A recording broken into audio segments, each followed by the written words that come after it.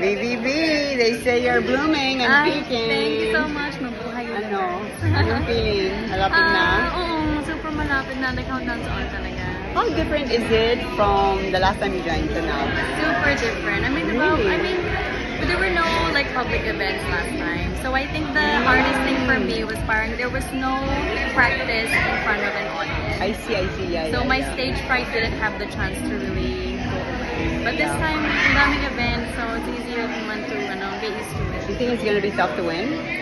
Yeah, I believe so.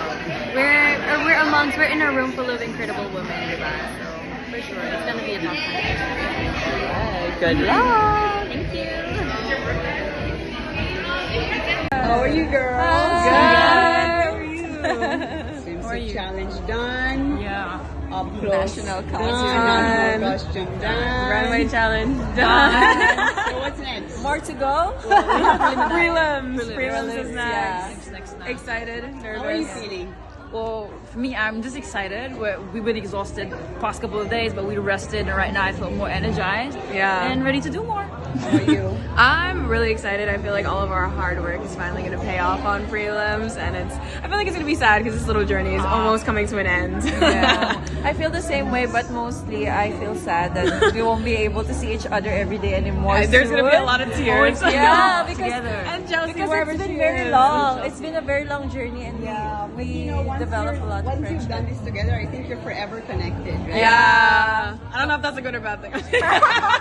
Honestly, Well, this girl's in Florida, so she's so far. I'm she moving to is. Iloilo. We're going to Iloilo. We're gonna adopt her in Iloilo. And then we're taking her to Florida. We're going to find you. We're gonna find a way. Yeah. I want to join the video. Yes, Oh, we yes, are. of course. Ang gaganda. yes. Thanks, girls. Thank you so much. Took a moment to get a selfie with Shaynis. What was it? I mean, how did you feel being next to her? I mean, it feels like standing in the presence of greatness. She's an icon, a legend as they call it. She is the reigning and someone that all of us aspire to be. So to feel her presence, we can only hope that some of that luck and that energy rubs off on some of us girls, and one of us will eventually be her predecessor. So hopefully. What do you like about her that you think will, that you might want to put into your game in the last couple of weeks, if anything? You know, I think Shane is won the crown. Kasi alam mo naman yun when you see or are in the presence of someone and they have this natural warm energy and radiance and internal glow. I feel like she has that. She carries herself with grace and poise and warmth and kindness. And I think that's what the next Miss Universe is going to have to hold as well. Good luck this Thank you day. so We much. love And you look your beautiful. Filipiniana. Rahul Laurel. Very proudly wearing Rahul Laurel tonight. Nice. I'll give us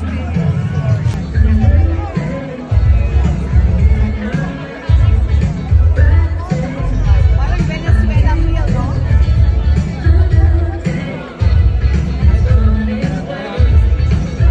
Thanks, Christine. Chara, kamusta? Okay naman, Miss Diane. I'm so excited for tonight. Ang dami ng na-finish yung swimsuit challenge. What's your favorite at ano yung pinakamahirap? Favorite ko talaga not cause. At the same time, sobrang hirap din niya kasi may mga mabibigat yung mga national costume namin. But at the same time, it also resembles our culture and the arts of the designer.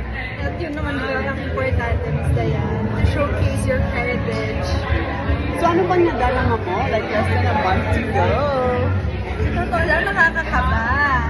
Pero at the same time, super excited at fulfilling din, knowing the fact na malapit na kami sa pag-achieve ng goal namin, which is to really be happy even after the Miss Universe Philippines journey, with or without the crown.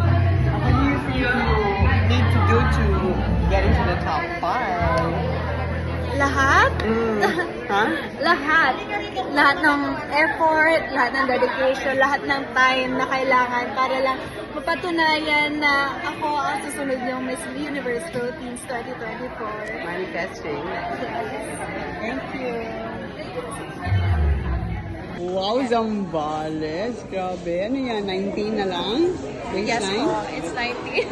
19 Pero na I think lang? I'm gaining weight kasi we had our Sultan Kudarat visit last week. So I think time, trying to gain weight din naman po. I think nag-gain na konti. Are you ready for finals? Semis or ano? Ganda. Of course, I'm wearing Shirley today. Shirley, Abu Dhabi. Wow! Pwede pa turn around? Grabe, how to have that waistline? So, almost na, no, yung prelims. So far, how do you see the pageant going, and how are you doing? How do you rate yourself? Well, I am very, very excited. I feel like I've trained very, very hard for this competition every day, countless hours. So I can't wait to show the universe what I have to offer. So, your boyfriend, is he very supportive of your joining? Yes, very supportive. So, how does he help you, if ever? He likes to ask me spontaneous questions to test my Q&A.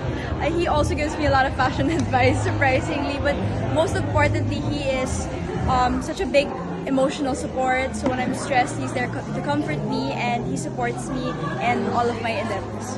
Hey, how are you? I love your hair and your makeup. Hi everyone! I'm so happy today and I love the look. Yes. My makeup artist did this, the hairstyle. She also did my makeup. So yeah. So far, how has your experience been, and what are you feeling less than a month ago?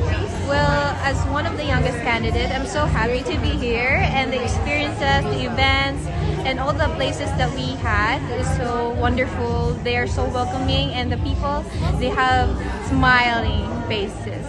Kaya pa? Energy pa? Kaya na kaya.